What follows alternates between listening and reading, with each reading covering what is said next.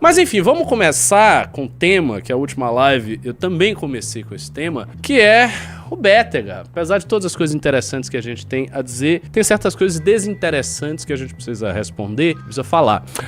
Na live que eu fiz sexta-feira, foi interessante porque depois dela, algumas pessoas vieram a falar comigo justamente sobre o comentário que fiz, e as pessoas corroboraram aquilo que eu falei, algumas pessoas da militância vieram falar isso.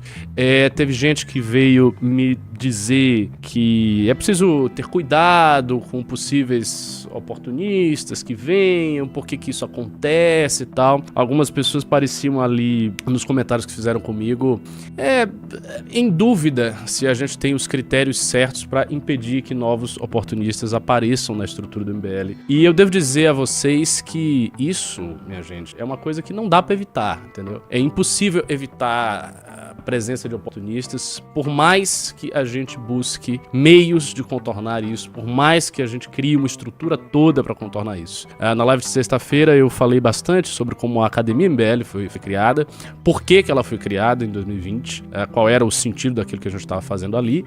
E a criação dessa academia, que está aí até hoje, serviu em parte para dirimir a grande quantidade de oportunistas que nós temos a tendência de atrair e que todos, na realidade, todos os movimentos políticos, qualquer que seja a sua natureza, qualquer que seja a sua ideologia, tem a tendência a atrair. Isso é algo inevitável. Isso é inevitável porque a política é o campo aonde o senso de oportunidade, aonde as maiores picaretagens, aonde as maiores injustiças se cometem, né? É inevitável que seja assim. Essa é da essência da política. Por quê? Porque é uma área em que você está lidando com o poder. Você está lidando com poder, você está lidando com grana, você está lidando com exposição, e está lidando com muita pressão, está lidando com muitas tentações que são oferecidas a todos os lados para que você pegue essas tentações. Em particular, eu acho que o caso do Bétega não é que ele seja uma pessoa extremamente desonesta, ou sei lá, entrou aí na política para roubar ou para fazer qualquer coisa do tipo. Não acho que seja esse o caso, mas existe uma tentação que acomete todos os porta-vozes de direita, sejam eles do MBL, sejam eles de outros lugares, que é a tentação do like fácil, a tentação de estar no campo majoritário, aquele campo que assegura que você vai ter grandes vitórias e não vai ter nenhuma derrota e não vai ter nenhuma perda. Sem dúvida nenhuma, esse não é o campo do MBL ainda, nós não somos a força majoritária da direita. Então todo mundo que está conosco, seja porta-voz, seja militante, está pela causa. E se não tiver muito pela causa, se não tiver muito afiançado pela causa, é impossível permanecer com a gente. Porque do ponto de vista das vantagens objetivas, o bolsonarismo oferece muito mais vantagem. Por exemplo, a gente pega um cara como o Arthur. O Arthur é um dos maiores youtubers de política, vocês sabem disso. É um cara que tem um canal aí de mais de 2 milhões de seguidores, um cara muito conhecido nas redes, mas todos nós temos certeza, e o próprio Arthur sabe disso, e ele fala eventualmente sobre isso, que se ele migrasse para o bolsonarismo, se ele traísse a causa dele, as suas convicções, e abandonasse o seu grupo de amigos e fosse migrar para o bolsonarismo, ele teria, assim, um tamanho 10 vezes maior. Ele ia crescer muito o canal dele, ele ia conseguir muita coisa somente de ir para o campo bolsonarista, porque é assim que funciona. Então, quando os caras vão para o campo bolsonarista, eles são acolhidos ali. Então, estar com a gente é sacrifício. E eu acho que vai permanecer sacrifício ainda durante muito tempo. Eu posso aqui até fazer uma previsão de quando eu acho que não vai começar a ser mais tão sacrifício. Eu acho que isso vai durar, sabe quanto tempo, Ana? Mais ou menos, vamos fazer os cálculos aqui, uns 5 anos. Eu acho que em cerca de 5 a 6 anos, estar no MBL será muito menos sacrificante. Por várias razões, várias razões. A primeira delas é que até lá eu acho que a gente vai ter um partido mais bem estruturado, significa que a gente vai ter grana, o que vai ajudar muito a você fazer as campanhas com grana, com dinheiro, enfim, com estrutura, que foram campanhas, as campanhas que teve nessa última eleição tiveram estrutura, mas não tiveram estrutura nossa. E a segunda coisa é que eu acho que em 5, 6 anos o bolsonarismo terá morrido, minha opinião. Amém. Minha opinião, sinceramente, guardem essa previsão, que dá até hoje é dia 12 de maio de 2025. Guardem essa previsão, eu acho que lá para 2030 e 2031, 2032, o bolsonarismo não vai mais existir. Aí alguém pode fazer a pergunta, mas por que você acha que o bolsonarismo não vai existir neste tempo? Por que ele não desaparece em um ano ou por que ele não levaria 20 anos para desaparecer? Porque você acha que seria mais ou menos 5 ou 6 anos para o bolsonarismo desaparecer? Eu acho que seria 5 ou 6 anos para o bolsonarismo desaparecer por um seguinte fato. Eu acredito que o bolsonarismo em si vai ser substituído por uma outra figura da direita. Eu não vejo a menor chance de um cara como o Eduardo Bolsonaro, muito menos o Flávio Bolsonaro, que tem o histórico que tem, conseguir unificar a direita em torno de si.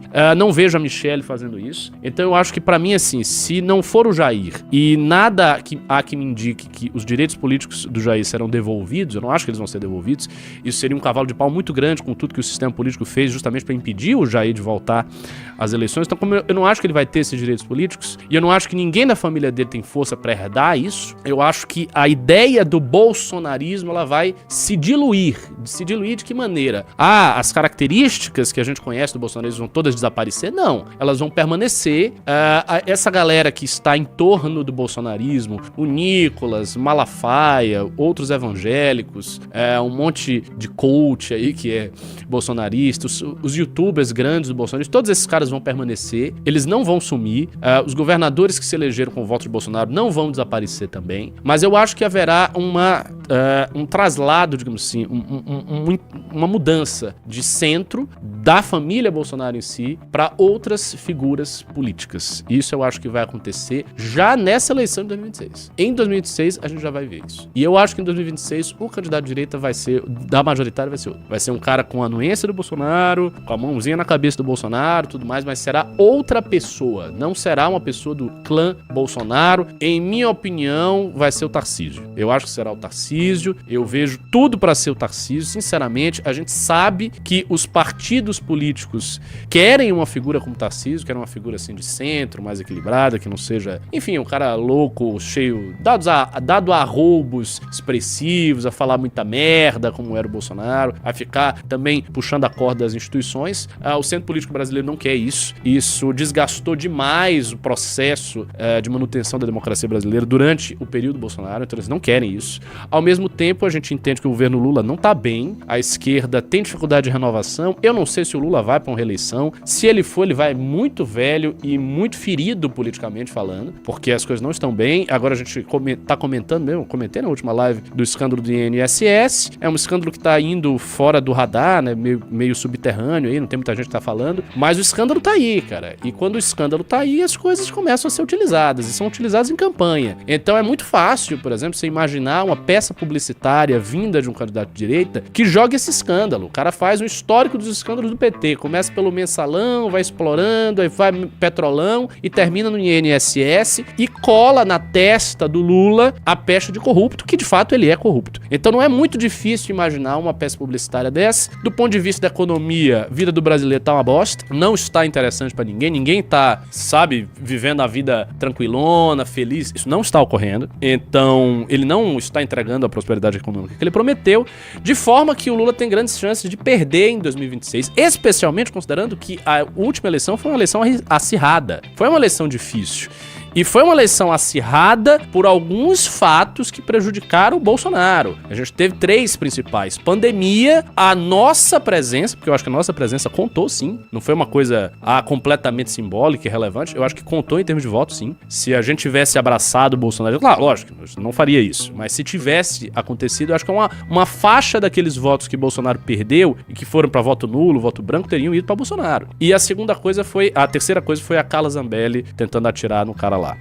Então essas 3 coisas prejudicaram muito o Bolsonaro: pandemia, Carla Zambelli e a gente. E aí ele perdeu, mas ele perdeu numa eleição acirrada. Se vem um nome com amplo consenso do clero, do alto clero político, com a chancela do Bolsonaro, sem ser o Bolsonaro, sem os problemas do Bolsonaro, um nome novo, falando discurso novo e tal, esta pessoa tende a ir pro segundo turno e ganhar do Lula, eu acho. E aí, por isso que eu falo que em 5 ou 6 anos isso vai desaparecer. No início de um governo, ninguém fique muito animado. Imagine o seguinte, vamos fazer um exercício de especulação. Vocês estão aí, vocês são pessoas muito inteligentes, né? Vocês conseguem fazer exercício de especulação comigo. Vamos fazer um exercício de especulação.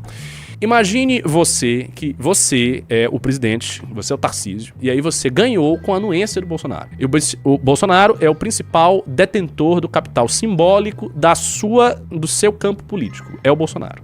No início do governo, você vai estar muito próximo dele. Você não vai conseguir se descolar nem que você queira. Então você não vai se descolar. As primeiras medidas do Tarcísio, em termos políticos, vão ser medidas que dizem respeito à anistia. Ele vai dar anistia, talvez dê perdão presidencial. Ele vai, digamos assim, fazer o pacote do bom bolsonarista. Só que ao longo do governo, caso ele faça um governo minimamente bom, e se é uma figura como o Tarcísio, é possível que ele faça um governo minimamente bom, porque ele não é um imbecil, então ele consegue gerir as coisas. Se ele faz um governo minimamente bom, o que acontece automaticamente com o capital político simbólico que você herdou de um líder anterior? Esse capital começa a ser transferido para você. É assim que funciona. É óbvio. Agora você é o presidente. Agora todo o holofote está em você. Agora não é mais Bolsonaro a única opção. Votei nele porque era só ele que tinha. Não. Agora você votou em outra pessoa. Essa outra pessoa está fazendo um bom governo e essa pessoa está captando este capital simbólico para si. E veja, esse processo que eu estou descrevendo aqui não é um processo de ruptura. Ruptura é o que a gente fez. Nós rompemos com o Bolsonaro em 2019, então a gente cortou, a gente passou uma faca com força ali e dissemos, isso aqui não é a gente, nós temos este caminho e o nosso caminho é muito diferente do caminho desse cara. Foi uma decisão política e uma decisão muito, muito, muito custosa, porque a gente poderia ter feito como os parlamentares do Novo fizeram, como o Tarcísio faz, como todo mundo faz, que é basicamente não fazer essa ruptura, ficar ali, né, correndo por fora, em torno do cara, passar vários anos e tentar capturar o capital simbólico político para si.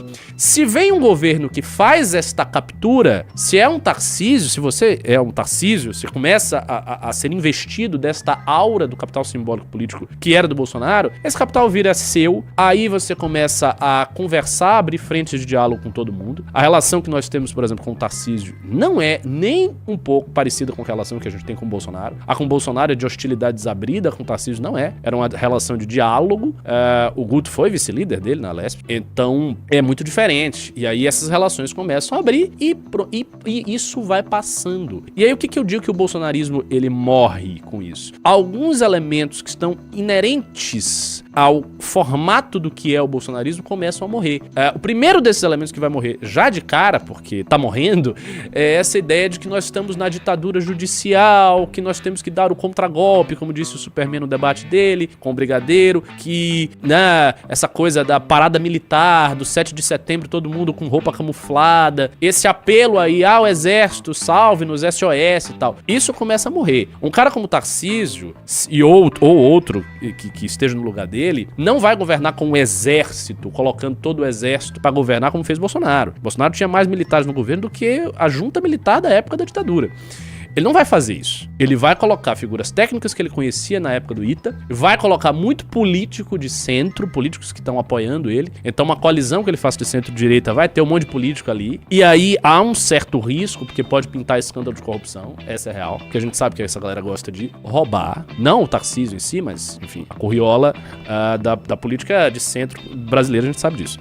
Mas ele vai colocar essas pessoas, esse discurso de ditadura ele morre completamente, segue um discurso liberal, tecnocrático, tal, que já é o dele e que é o da direita brasileira. Isto não vai morrer, isso eu acho que vai prosseguir, mas toda a onda, vamos mudar tudo, nova era, bababá, isso some. E aí volta um pouco da velha distinção PT-PSDB, não mais PT-PSDB, obviamente, agora PT e centro político reconfigurado, e é isso, e com isso o bolsonarismo vai morrendo.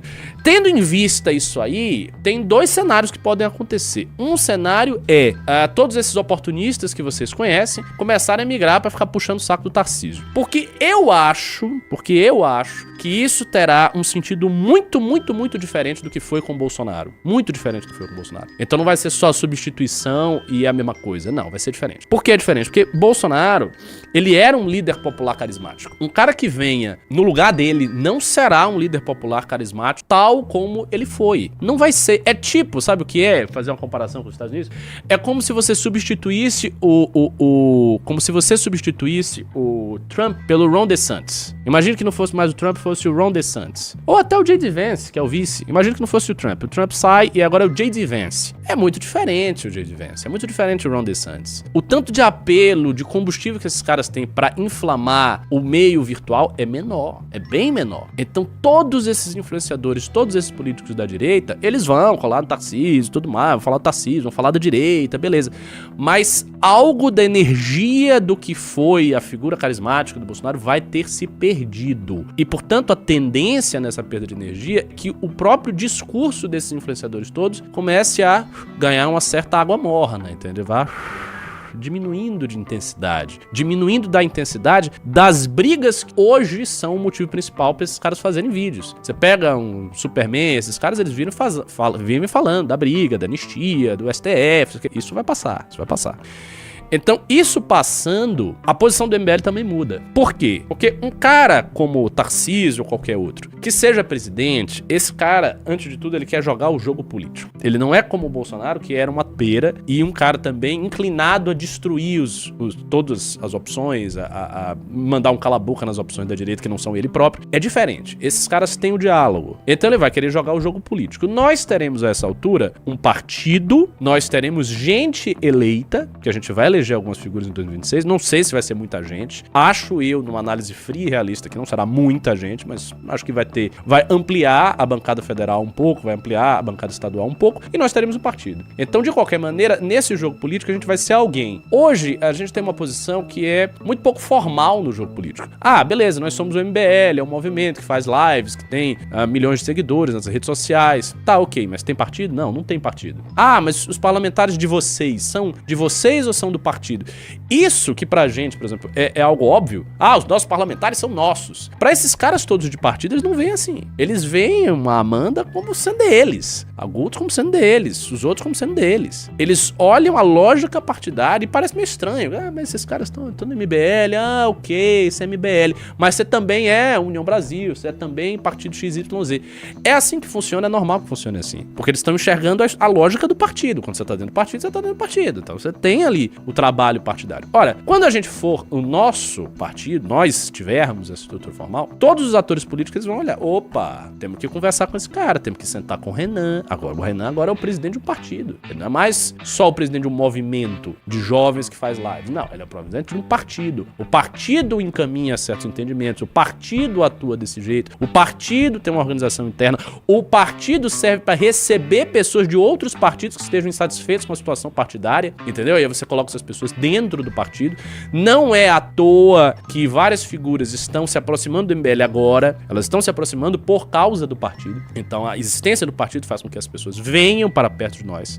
Então muda muito. E com essa mudança e com a mudança geral dessas coisas, a tendência é que se abram frentes de diálogos, que a gente comece a ter espaço. E aí, meus senhores, o bolsonarismo vai se dissolver. E o bolsonarismo se dissolvendo, perdendo a força, a gente fica mais forte. Por quê? Porque aí acaba o tabu que existe na direita em relação ao MBL. Porque hoje o MBL é um tabu ainda. Porque o cara que é o comandante em chefe da direita, o Bolsonaro, nos odeia. Então ele diz, não pode se aproximar do MBL. Saia do MBL. Ah, eu gosto do Guto, mas não gosto desse MBL. Eu gosto de falar, mas MBL não presta. Quando isso terminar, aí acabou.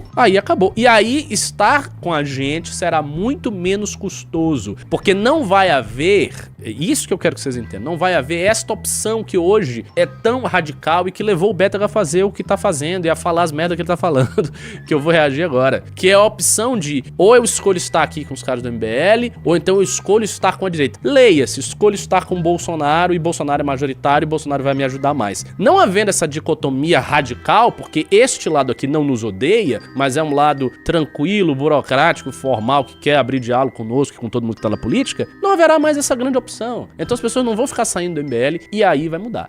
Agora, até lá, Passando esses anos, sim, pode pintar vários oportunistas, a gente vai ter que lidar com eles e é da vida. Agora coloca aí o que ele falou, que eu vou respondê-lo. Esse protocolo, esse pedido de cassação de pessoas que até ontem andavam de mãos dadas com o senhor. Olha, meu amigo, eu sempre fui a favor da união da direita. MBL nunca foi a favor disso, havia essa discordância dentro do grupo.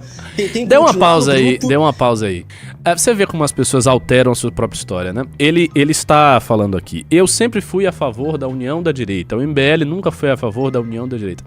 Olha só, o Bétega ficou no MBL durante alguns anos e a gente já tinha rompido com o bolsonarismo em 2019. Quando o Bétega efetivamente entrou no MBL e começou a atuar conosco, a gente já tinha feito essa ruptura. Então não é uma coisa assim, não, eu estava aqui no movimento que era da União da Direita e com o qual eu concordava, e aí eles resolveram desunir a direita e eu, contra essa desunião, eu saí. Não foi isso. Quer dizer, se você era a favor da União da Direita, você não poderia estar no MBL nem no princípio. Desde o princípio você não tinha que estar no MBL. Por que você esteve no MBL? Se o MBL já desunia a direita, já era contrária à união da direita. Não era pra estar no MBL, não é isso? Ou eu tô falando algo absurdo aqui? Tô falando algo incoerente? Porque me parece muito lógico o que eu estou dizendo. Você tá no movimento, o movimento tem a posição que tem sobre o Bolsonaro. Desde antes você começar a atuar. Aí você atua vários anos neste movimento. E aí você atua no movimento que tá todo estruturado pra dizer que Bolsonaro é uma farsa, mas você é contra isso. E você nunca fala. Você é contra, você não fala, você fica ali, você vai pra uma eleição, depois você vai pra outra eleição, você ganha a segunda eleição, porque a primeira você perde, né? Mas você perde com muito esforço de todo mundo, com militância te ajudando, com Arthur Renan indo lá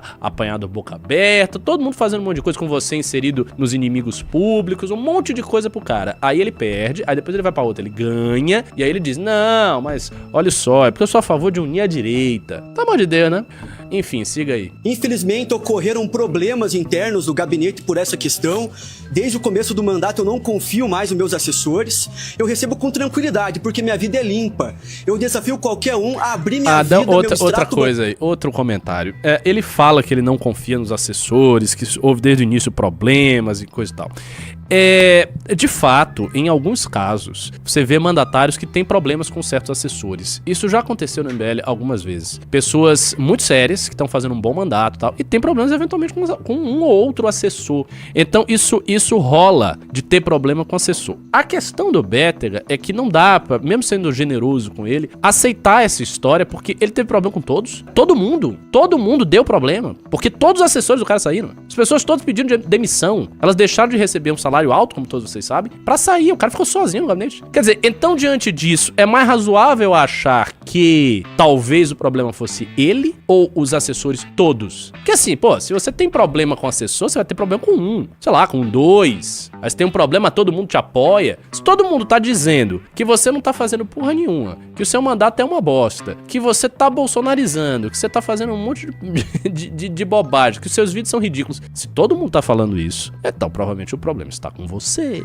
Era uma coisa que eu falava dos alunos da academia, na época que eu cuidava disso. Às vezes tinha uns alunos briguentos, sabe? O cara arrumava confusão e toda hora tava arrumando confusão. E ele sempre tava dizendo, não, mas a confusão não sou eu, é não sei o que, é porque fulano, ciclano. Ele sempre, mas é a terceira vez que tem uma confusão envolvendo seu nome? Será que a confusão não é sua? Aliás, fica aí a dica psicológica do professor Cabum para todos aqueles que são interessados em dicas psicológicas. Se você tem um comportamento, meu amigo, que está sendo muito recorrente, que as pessoas todas ao seu redor estão falando que você tem esse comportamento, provavelmente elas não estão erradas. Provavelmente o errado é você, cara. Provavelmente é você que está tendo esse comportamento e você não está percebendo esse comportamento. Então a pessoa intriguenta, toda hora tá com intriga. Ou então a pessoa fofoqueira, que a galera aponta e diz, essa pessoa é fofoqueira, invejosa e tal. Será mesmo que é uma grande conspiração de todo mundo? Ou será que você está fazendo alguma coisa? Será que você de fato é invejoso? Então é isso. Próximo. Bancário que minha vida é limpa. Eu sou uma pessoa honesta e sempre defendi aquilo que é correto. O que houve no meio do caminho que o senhor perdeu essa confiança na equipe? Olha, a equipe tem essa visão do MBL, que a gente tem que dividir a direita, de que a direita não deve ser unida, e isso foi gerando um desgaste, porque eu tentei abordar certas pautas municipais que o grupo não concordava, né? Como, por exemplo, a máfia da multa, que Nossa agora senhora. eu, estando sem estar no MBL, vai ser mais fácil abordar, por exemplo, esse assunto que eu queria abordar muito. Então havia uma divergência. Dê uma pausa aí. Isso é outro absurdo que esse cara tá falando, né? Mas é impressionante, a cara de pau desse cidadão é grande, viu? Ele tá dizendo que o quê? Havia um impedimento por parte dos assessores dele abordar pautas municipais. Então, é uma característica do MBL não querer abordar pautas municipais. Olha só, todo o mandato do Faustino do Sandro é baseado em pautas municipais. Os caras têm várias pautas municipais e regionais. Não tem nada a ver. Ao contrário, as pessoas queriam que você abordasse pautas municipais. Uma das queixas que foi feita é que o cara ficava só fazendo vídeos tolos. Não é que ele não... Ele estava abordando muito pautas municipais. Não, eu tô aqui porque é o meu município, as pessoas não querem essas pautas municipais, eles querem só que eu fique fazendo vídeo de Venezuela. Aí eu vou fazer o vídeo de Venezuela, mas eu tô sendo forçado a fazer isso, porque a pauta municipal me chama. E a pauta municipal do corrupto lá do PL que foi afastado, ele não queria abordar. Pois é. E sem falar isso, mas aí eu nem entrei nisso aí. Próximo. Como vereador e entre o grupo por causa da abordagem desse tema, por exemplo. Vereador, por que o senhor não exonerou os seus assessores antes? Então, se já havia esse desencontro entre a tua equipe? Porque eu tentei resolver internamente esse problema. Tentei conversar no MBL para procurar continuar. Aconteceu um episódio de ameaça que um assessor meu me ameaçou. Ele falou que se não fosse para resolver no carinho, seria no ódio. Outras pessoas do MBL me falaram que se eu saísse do MBL... Dê uma pausa aí. Essa ameaça. Isso aí, por exemplo, que se transformou... Não, porque me ameaçou, uma ameaça de... Eu acho que teve até gente dizendo que era ameaça de morte. Não sei se foi ele próprio, né, que se aumentou isso aí, que foi uma coisa do Will. Obviamente, no contexto que a gente ficou sabendo, era o seguinte, ele estava com essa ideia de que o mandato era só dele e não ia ser um mandato alinhado com a Nacional. Era isso, é um mandato do MBL que é alinhado com o meu próprio umbigo. E aí o Will corretamente falou, não, ou você vai entender que você vai ter que se alinhar por bem, ou você vai ter que se alinhar por mal. Ou seja, você vai ter que se alinhar de qualquer jeito. E foi o que aconteceu, o cara não se alinhou e ele foi expulso. Porque não tem isso, não é uma escolha. Tenho aqui uma diretriz da Nacional e aí eu escolho ou não fazer.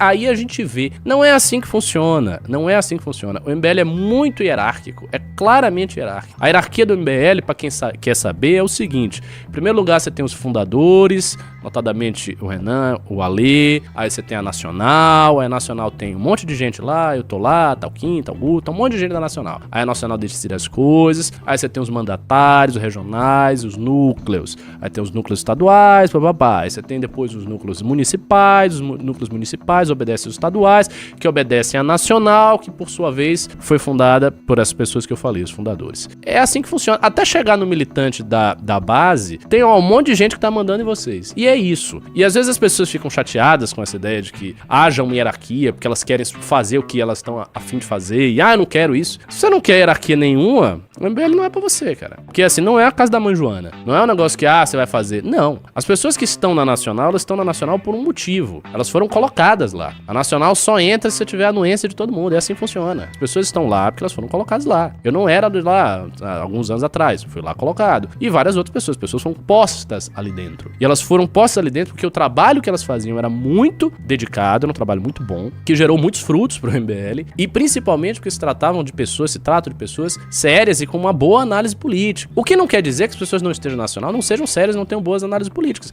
Mas a maturidade que se exige pra você estar ali dentro e poder decidir, especular sobre rumos gerais do movimento é grande. Então exige-se muitas coisas. Você tem que ter muita lealdade, você tem que ter anos de casa, você tem que estar ali dentro, né? Ter uma boa visão política, entender o jogo que tá sendo feito, o que a gente quer, né? Ter feito um trabalho que frutificou o MBL, que fez um monte de coisa. Pô, eu fiz academia. Todas essas coisas aí, inclusive o mandato do Bétega, devem muito ao meu trabalho na academia. Essa é real. Entendeu? Me foi custoso fazer aquilo ali. Foi um trabalhão. Eu contei na última live. Então não é assim. As pessoas que estão ali dentro, elas têm motivo pra estar. Então, se ele acha que ele pode fazer um mandato sozinho, ele tá enganado. Próximo. Aí, professor, ele fica o restante do vídeo, infelizmente, eu vi esse vídeo inteiro, ele fica batendo nessa mesma tecla de, eu sou uma pessoa honesta e o gabinete é ruim. Esquece. Mas a gente tem um vídeo mais interessante pra assistir. Deixa eu ver. Que é o vídeo do Will na coletiva de imprensa na Câmara Bora Municipal. ver. Os nossos valores não estão à venda, de nenhuma forma, tá? O Movimento Brasil Livre não está à venda e os nossos valores como pessoas não estão à venda. Anunciamos o protocolo do pedido de cassação do mandato do vereador João Bétega na Câmara Municipal de Curitiba. Essa decisão é fundamentada em fatos concretos e graves que comprometem a integridade do cargo que ele ocupa. O principal motivo é a omissão deliberada diante a nomeação de José Luiz Veloso para a presidência do Instituto Municipal de Turismo. Veloso possui uma condenação por improbidade administrativa, informação que era de conhecimento do vereador João Bétega desde o dia 28 de fevereiro. Mesmo assim, ele optou por não denunciar ou tomar qualquer providência. Essa atitude configura prevaricação e quebra de decoro parlamentar. Ele se apresentou à população como fiscalizador implacável, preferiu se calar e proteger interesses políticos em vez de cumprir sua obrigação. Quando a fiscalização se tornou inconveniente para sua imagem nas redes sociais, ele escolheu proteger a si mesmo, não a cidade. Que ele não apenas traiu seus valores, como dizia defender, ele traiu as pessoas que o ajudaram a chegar aonde chegou, traiu sua equipe, traiu seus colegas, traiu um projeto coletivo e, ainda pior, fez isso de maneira dissimulada, falsa e calculada. O que era para ser um mandato de enfrentamento à velha política acabou se tornando uma plataforma de autopromoção baseada em silêncio, cálculo e covardia. Diante desses fatos, o Movimento Brasil Livre decidiu expulsar o vereador João Bétega dos seus quadros e agora solicita formalmente a cassação do seu mandato. Essa medida visa preservar a ética na política e reafirmar o compromisso com a transparência, responsabilidade pública e a lealdade à população que nos colocou aqui. Isso não é um tipo de revanchismo. Isso, na verdade, além de ser um pedido de desculpa aos 12.346 eleitores que votaram no João Bétega, é a nossa forma de mostrar que a gente não mudou em uma vírgula aquilo que a gente acredita. Os nossos valores não estão à venda, de nenhuma forma, tá? O Movimento Brasil Livre não está à venda e os nossos valores como pessoas não estão à venda. É isso. E vamos ver, né, se esse mandato será cassado ou não. Eu espero que seja, porque eu confesso ficar sempre um pouco consternado quando as pessoas saem do MBL e nada lhes acontece. Não acho que seja bom. Eu acho que as pessoas saem do MBL, elas têm que perder alguma coisa, sabe? Mesmo. Elas têm que ter problemas sérios na sua vida política, porque a traição a um grupo é uma coisa séria, pô. Você se elegeu por causa do grupo, as pessoas se elegeram pela campanha, que foram pessoas do MBL que fizeram a campanha. Muita gente compartilhou, muito RT, muito trabalho de alavancar as pessoas, pô. Ideias, inclusive, iniciativas criadas, essa iniciativa de inimigos públicos mesmo. Não foi simplesmente uma coisa, eles saíram e de repente eu saí, tomei umas porradas ali na UFPR. Não, isso foi pensado, isso foi refletido, isso teve uma estratégia, teve uma abordagem de marketing. O Renan parou o tempo dele pra pensar nisso. Então, quando as pessoas saem, elas têm que sofrer um pouco as consequências da saída. Mas vamos dar um giro grande aqui de minúcias da nossa vida aqui de MBL e falar daquilo que importa. Hoje saiu a notícia, uma das notícias mais importantes dos últimos tempos, saiu a notícia de um acordo de 90 dias, não é um acordo permanente, entre Estados Unidos e China. Vou ler um pouco da notícia e comentar um pouco seus pressupostos. Estados Unidos e China chegam a um acordo sobre tarifaço com redução das taxas por 90 dias. Tarifas sobre as importações chinesas cairão de 145% para 30%. Já as taxas da China sobre os produtos americanos serão reduzidas de 125% para 10%. Como vocês podem perceber, é uma queda drástica, muito grande, muito significativa. Ainda existe uma barreira protecionista, digamos assim, residual, né, pequena, mas nada que se compara às barreiras altíssimas que foram impostas aí na escalada dessas tarifas. O mundo inteiro viu a escalada dessas tarifas como algo simbólico, no fim das contas. Era muito difícil a gente imaginar que os dois países iam manter 145%, 130% de tarifa mútua. É uma tarifa alta demais. Então, meio que era esperado, havia uma certa previsibilidade nesse acordo, e ele foi feito e vai durar 90 dias. Os Estados Unidos e a China concordaram em reduzir temporariamente as chamadas tarifas recíprocas entre os dois países durante 90 dias. As tarifas dos Estados Unidos vão de 145 para 30, China 120 para 10. Representantes das duas potências se encontraram neste fim de semana em Genebra, na Suíça, para discutir as taxas sobre importações e anunciaram um acordo em conjunto na madrugada desta segunda-feira. Eles disseram que a redução das tarifas entrará em vigor a quarta-feira, mas não divulgaram a data exata. Ambos os países representaram muito bem seus interesses nacionais, afirmou o secretário do Tesouro dos Estados Unidos, Scott Bessent. Temos interesse em comum em um comércio equilibrado e os Estados Unidos continuarão caminhando nessa direção. Bessent explicou, porém, que o acordo não inclui tarefas específicas para cada setor e que os Estados Unidos continuarão um reequilíbrio estratégico em áreas como medicamentos, semicondutores e aço, onde identificaram vulnerabilidades na cadeia de suprimentos. O que parece estar acontecendo? Eu acho que há um recuo, está havendo um recuo. Sobre a natureza desse recuo, há dúvidas, né? Então, por exemplo, os documentos oficiais da Casa Branca, que depois eu vou ler, não vou ler agora, mas logo vou ler, eles, obviamente, apresentam o que aconteceu como um acordo dos Estados Unidos, por uma vitória comercial dos Estados Unidos, é assim que eles apresentam a coisa. Os chineses falam de outra maneira. Então, os representantes da China dizem que foi um acordo que a China obteve e tal.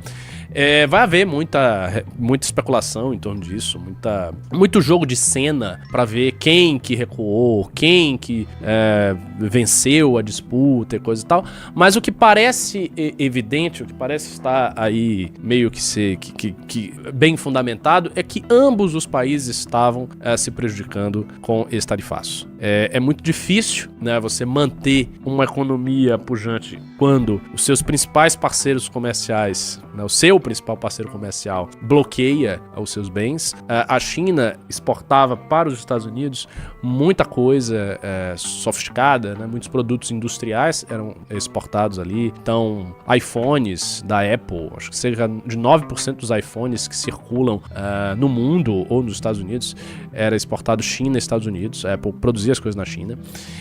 Teve até uma polêmica da Apple recentemente em torno disso. Então eu acho que para a China estava complicado e para os Estados Unidos também, obviamente.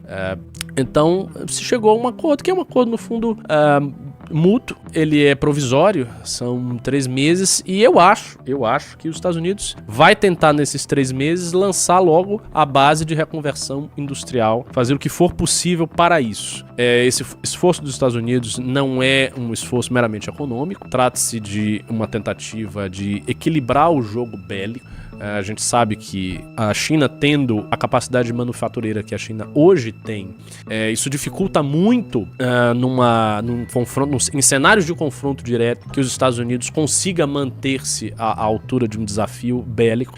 Embora a gente tenha que entender que, embora os Estados Unidos tenha um orçamento militar muito maior do que a China, esse orçamento serve também, entre outras coisas, para manter as mais de 700 bases militares que os Estados Unidos têm mundo afora, a sua marinha atravessando o mundo inteiro. A China não tem esses custos. A China tem, se eu não estou errado, 8 bases militares fora do seu próprio território. Só 8. Os Estados Unidos têm mais de 700. 8 para 700. Não tem comparação. Então, hoje, a China projeta poder ali, militarmente falando, no seu território e nas circunvizinhanças, naquele Pacífico, Mar do Sul e tal. Os Estados Unidos não. Os Estados Unidos têm uma projeção global de poder, uma projeção global de estrutura. Toda a infraestrutura de tratados internacionais, de comércio, tá tudo baseado na hegemonia militar norte-americana. Sem hegemonia militar norte-americana, ninguém faz nada do jeito que é feito hoje. Isso, assim, é visível que é isso que faz o mundo funcionar. É como se fosse a grande engrenagem do funcionamento do mundo, tal como a gente conhece hoje.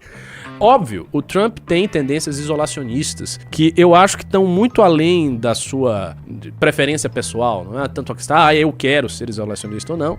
É muito mais uma necessidade dos tempos que os Estados Unidos se encontra de ser isolacionista. Todo esse poderio projetado é algo que custa muito aos cofres americanos. A relação dívida-PIB dos Estados Unidos está absolutamente insustentável há muito tempo. E assim, não são apenas os trumpistas que falam isso. Economistas fora do trumpismo também falam isso. O Joseph Stiglitz foi um cara que foi economista do Bill Clinton, né? Teve um papel no governo Bill Clinton, ganhou o Prêmio Nobel de Economia, um economista heterodoxo, crítico ao neoliberalismo, coisa e tal. O Stiglitz fala que a dívida PIB dos Estados Unidos é insustentável, criticou bastante as medidas que o Trump fez agora, esse tarifaço, mas há um reconhecimento do diagnóstico, né? A situação não tá boa, o diagnóstico é complicado, e se ele é complicado, nós temos que nos ajustar. Eu acho que os Estados Unidos está indo nessa direção. Em coletiva pela imprensa, pela manhã, Trump disse que não espera que as tarifas dos Estados Unidos sobre importações chinesas retornem a 145% após o fim da pausa de 90 dias. E que acredita que Washington e Pequim chegarão a um acordo definitivo. O republicano também afirmou que a China concordou em abrir o mercado para o ZEWA, mas que isso levará um tempo para ser colocado no papel.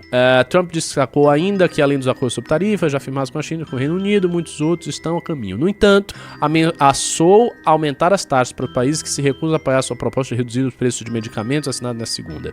A medida orienta que farmacêuticas diminuam os valores dos remédios no ZEUA aos praticados em outros países, segundo Trump. A reação do mercado. A reação do mercado obviamente é positiva. O mercado sempre tem uma relação positiva na medida em que as pessoas, na medida em que o cenário econômico é mais, né, o intercâmbio é mais fácil, as trocas são mais fáceis. A escalada das medidas tarifárias do presidente americano Donald Trump, com o objetivo de reduzir o déficit comercial do ZEUA, abalou os mercados financeiros no mês, ok. Na China, índices de ações fecharam em alta, o acordo foi mais longe do que muitos analistas esperavam, Yuan atingiu o maior valor em 6 meses, nos Estados Unidos as bolsas de Nova York tinham fortes altas, enfim, isso não é nada que a gente não imaginasse, né? Os mercados sempre são favoráveis a uma situação de maior livre troca, é meio que a reação do mercado é essa, quase que causal, né? Você tem mais liberdade nas trocas comerciais mundo afora, os mercados respondem de maneira mais positiva. Quando isso cai, os mercados respondem de maneira mais negativa. Afinal de contas, o que são os mercados? Os mercados nada mais são do que a alocação do capital difuso e de investimentos pelo mundo inteiro. Hoje, as grandes empresas são todas conectadas, a gente nunca esteve no estágio do desenvolvimento histórico do capitalismo com um nível tão grande de interconexão, de globalização das cadeias produtivas. Isso nunca aconteceu.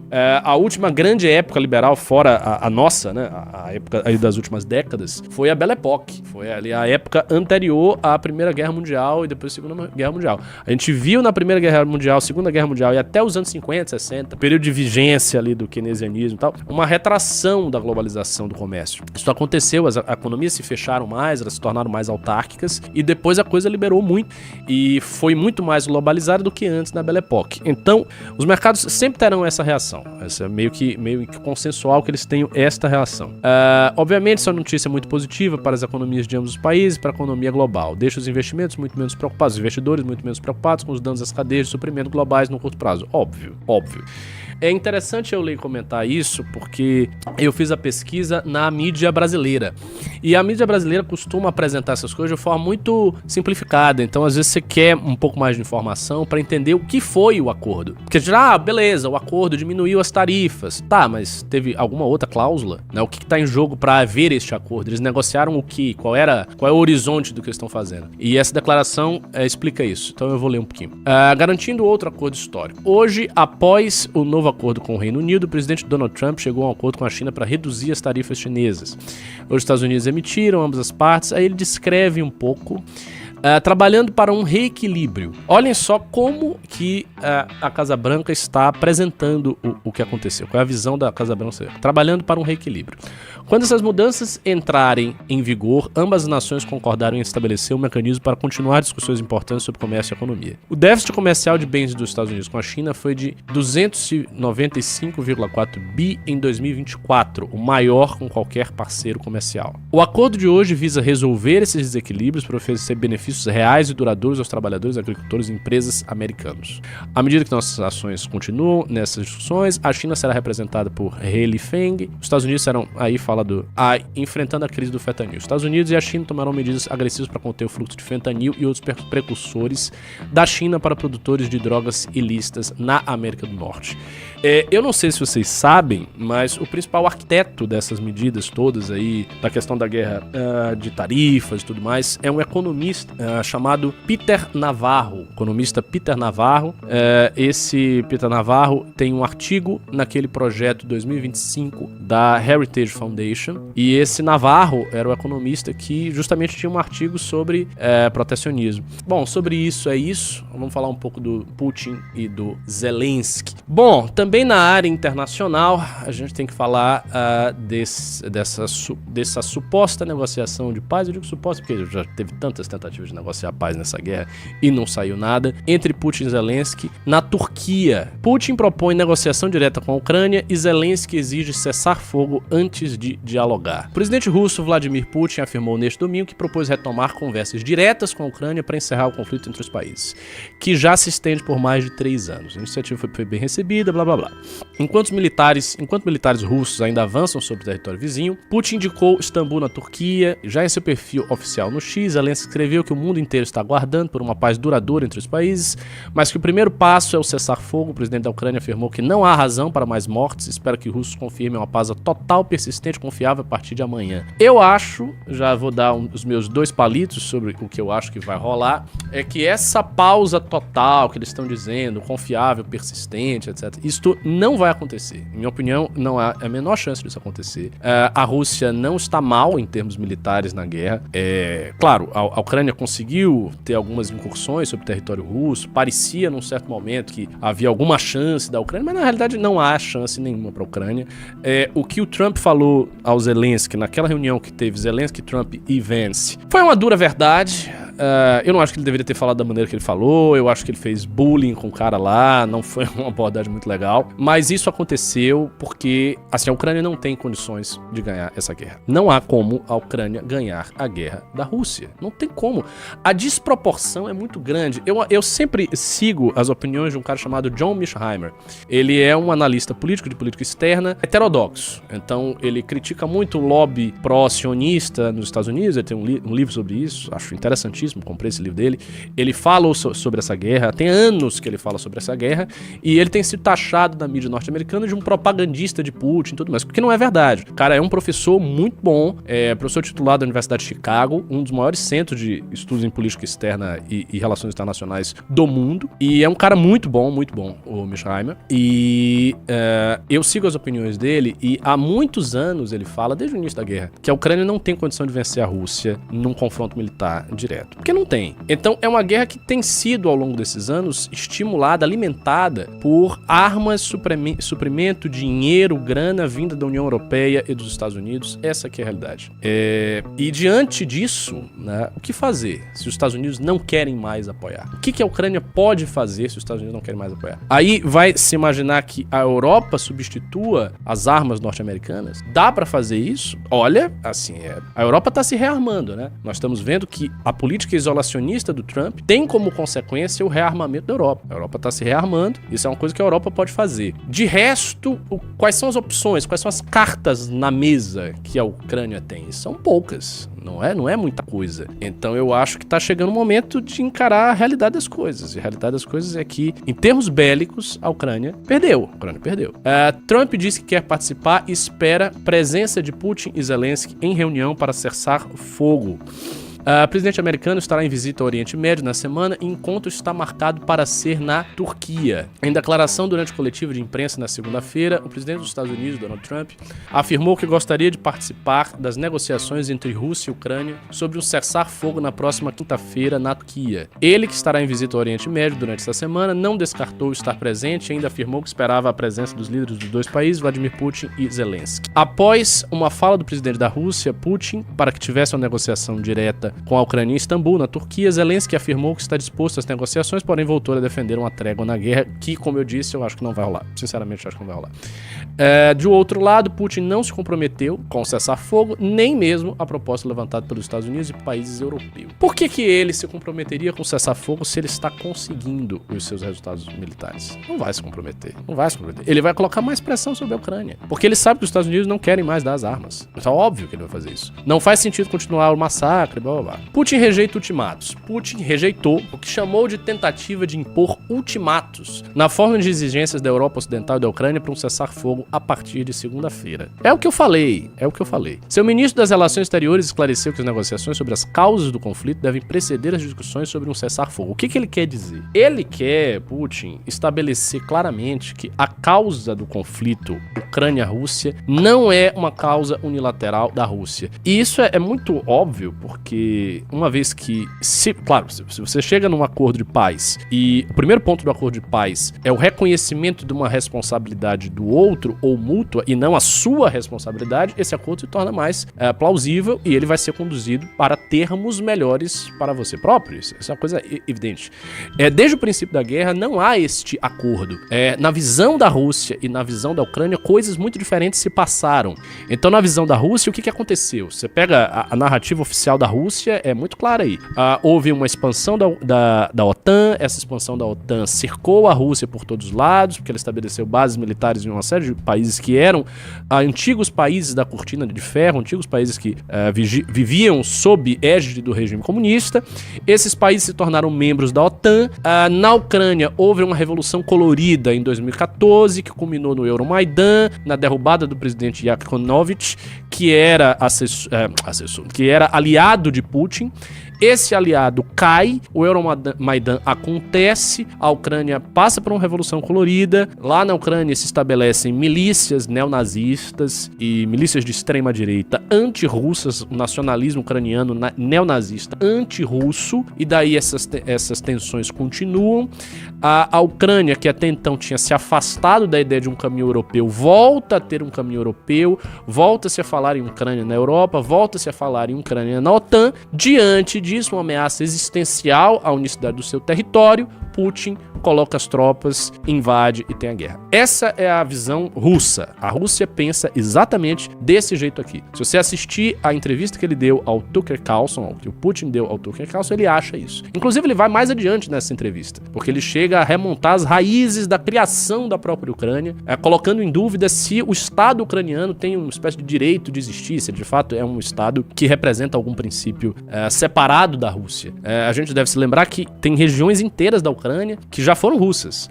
Há uma parte grande daquele território que já foi russo. Então, digamos assim, a fronteira entre a nacionalidade de partes orientais da Ucrânia e da Rússia é muito difusa, é muito ambivalente. É um negócio muito complexo aquilo ali.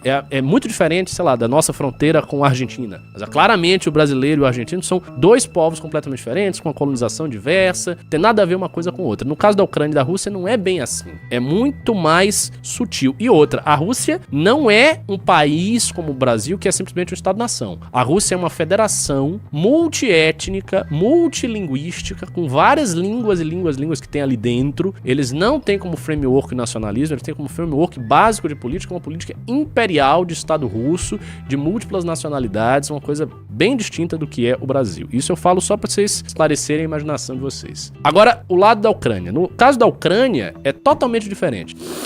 A Ucrânia enxerga da seguinte forma: nós temos aqui a nossa nação é autônoma, ela é soberana, ela tem os seus próprios caminhos. Nós fizemos uma revolução legítima contra um cara que era corrupto, que foi o Yanukovych. Esse cara corrupto ele foi derrubado. Nós temos um caminho pró-ocidental, e a Rússia, que está fazendo uma política imperial, que fez uma política imperial na Moldávia, que fez uma política imperial na Geórgia, que tem feito uma política imperial em diversos lugares, que tem um aliado em Belarus, no Lukashenko, e que faz uma política para retomar o espaço geopolítico que ela perdeu com a queda da União Soviética. A Rússia nos invadiu e destruiu a nossa autonomia, nos invadiu, matou o nosso povo, destruiu a nossa infraestrutura, e nós temos que fazer essa guerra aqui até o final para a sobrevida do território integral da Ucrânia. De maneira que nós, nacionalistas ucranianos, não queremos ceder nenhuma parte do território ucraniano. A gente não quer ceder Donetsk, a gente não quer ceder Luhansk, a gente não quer ceder nada. A gente quer aqui a integralidade do território na nossa mão. E de posse disso, né, diante desse horizonte, que é o horizonte que eles acreditam, existe por parte da Europa um interesse em nos proteger. Por quê? Porque as principais lideranças da democracia europeia acreditam que a Rússia está interferindo ativamente em todas as eleições da Europa. Vocês vejam quais foram as últimas notícias sobre a eleição europeia. O Georgescu na Romênia foi impedido de se eleger na Romênia. Havia um candidato ali que ele foi impedido de se eleger por alegação de que estava fazendo propaganda russa e que tinha intervenção russa na eleição da Romênia. Isso aconteceu. Na Alemanha, o Alternative für Deutschland, que tem uma postura mais pró-russa, foi derrubada. Na França, a Marine Le Pen, principal líder, né, do grupo de direita francês, herdeira do pai dela, Jean-Marie Le Pen, sofreu o quê? Sofreu aí um achaque judicial, aparentemente por causa de corrupção, acusações de corrupção. Mas a gente sabe como é que é a acusação de corrupção. Meio que quase todo político é corrupto, e aí a acusação de corrupção também aparece quando há uma pressão para isso. Agora, assim, não há uma pressão para isso na questão do INSS, tá rolando, o Lula tá ok. Aí quando a pressão política aparece, aí que as coisas vêm de fato. Então, a Marine Le Pen tá nessa situação. Outra que é vista como aliada da Rússia. Então, nitidamente, por parte da Ucrânia e da Europa Ocidental, existe interferência da Rússia, ingerência da Rússia, guerra unilateral. Estas duas visões, elas sempre estão colidindo. E elas colidem, e aí é a dificuldade de você chegar ao acordo de paz. Porque os lados, eles não querem ceder nisso aqui. Eles não querem ceder na sua visão das coisas. Então, quando o Putin faz esse movimento, não vai haver cessar-fogo, fogo, vamos continuar e vamos discutir as causas da guerra, ele quer puxar o negócio pro terreno dele. Hoje, eu acho que a situação do Putin está muito mais favorável. Ela é muito mais favorável porque o Trump entrou na Casa Branca. Não digo que o Trump seja subordinado, por ser um exagero em falar, mas política de Trump, de isolacionismo e de olhar o principal adversário sendo a China, é uma política bem diferente. Vou dar um relato pessoal também sobre essa questão. Há uns anos atrás, eu já estava morando aqui em São Paulo, houve um curso ministrado por dois intelectuais ingleses, um dos quais havia sido professor de Cambridge, e a ideia do curso era a seguinte: eles convidavam direitistas notáveis de vários lugares, esses direitistas se reuniam lá e eles tinham um curso. E eu tive um curso, era um curso em inglês, não sei o quê. Foram vários dias de curso. E aí esse professor, que ele dava esse curso, ele era um professor ligado a Cambridge, de vez em quando ele parava o curso dele e começava a falar sobre as opiniões políticas, tá? E era um cara muito de direita, apoiador do Trump. E ele ia numa linha de enfatizar o risco imenso que a China... E aí eu fiz, às vezes, um dia eu fiz uma pergunta: mas e a Rússia? E a Rússia representa? E a maneira como ele falou é a forma como vocês veem o trumpismo pensar. Não, porque a Rússia é uma economia muito menor, a Rússia não é um grande adversário, o grande adversário verdadeiro é a China, a gente tem que se concentrar na China. A política dos democratas para a Rússia é uma política equivocada e assim por diante. Esta visão não é uma visão pró-Rússia, não é uma visão eslavófila, é uma visão do MAGA, do Trump, de parte dos intelectuais da inteligência da direita ocidental, anglófona, tanto inglesa quanto americana, parte da direita europeia, essa que eu acabei de citar. Ou seja, a ideia de que a Rússia é um outro caso. Diante disso, como o Trump agora está no poder, a situação do Zelensky é delicada. E eu acho, considerem que o Trump vai permanecer 4 anos aí. Eu acho que, inevitavelmente, nessa guerra, o Zelensky vai perder. Eu digo, a Ucrânia ela vai ser fatiada, sim. Uma parte do território ucraniano vai ser russo. E é isso. E eu acho que a gente vai ver essa notícia em algum momento aí, nesses próximos meses ou anos. A gente vai ver essa configuração. Ou então a guerra vai seguir aí adiante. O que é péssimo, né? Eu tenho falado mais de uma vez que o clima no mundo está perigoso. Eu fiz um Reels dizendo como o clima estava perigoso e como o clima perigoso favorece golpes de Estado internos. Então, o que rola no mundo todo? A gente vê os conflitos aparecendo, os focos de conflito surgindo, pipocando. E esses focos de conflito, eles não somem. Então, você teve o primeiro, tem 3 hoje grandes. Rússia e Ucrânia, o primeiro. Pá, explodiu, está aí até agora, 3 anos já. Aí depois a gente viu Israel, Hamas e Irã, no fim das contas, que o Irã ali é o player às ocultas. Então, Israel, Hamas, Houthis e tal. Não passou. Se eu não me engano, tem 150 mil civis que morreram nessa brincadeira aí, entendeu? Então, a coisa continua, né? Agora até há um estremecimento aí entre Israel e o governo Trump, por incrível que pareça, nesse momento. Está acontecendo isso. Tem alguns conservadores até que tiraram o pé. Eu vi um discurso de um conservador britânico criticando abertamente Israel, uma coisa muito rara de acontecer nos meios conservadores, eu vi isso acontecer. Então, tem esse segundo conflito. E agora, teve um terceiro foco, que tá para se desenvolver uma coisa muito séria, que é Índia e Paquistão. 3 focos. E há 5 anos atrás, não tinha nenhum desses 3. E isso é um sinal muito poderoso de que a ordem vigente está, de fato, balançando. Meu amigo Orlando sempre fala isso. A gente está vendo o fim da ordem, a ordem hegemônica liberal está acabando, essa ordem já era, nós vamos passar para outra coisa. E eu acho que a análise dele faz muito sentido, realmente a gente está vendo isso. Mas eu sempre fico querendo saber qual é a outra coisa, né? A gente vai, beleza, tá ruim e tal, mas para onde é que a gente vai? Está indo para qual lugar? Que para onde vai importa muito. Não basta sair de onde está. A gente precisa ter clareza sobre para onde está indo. Qual é o horizonte de uma próxima ordem. O que está aí pintando. E eu sei que o que está pintando no cenário externo é muita guerra.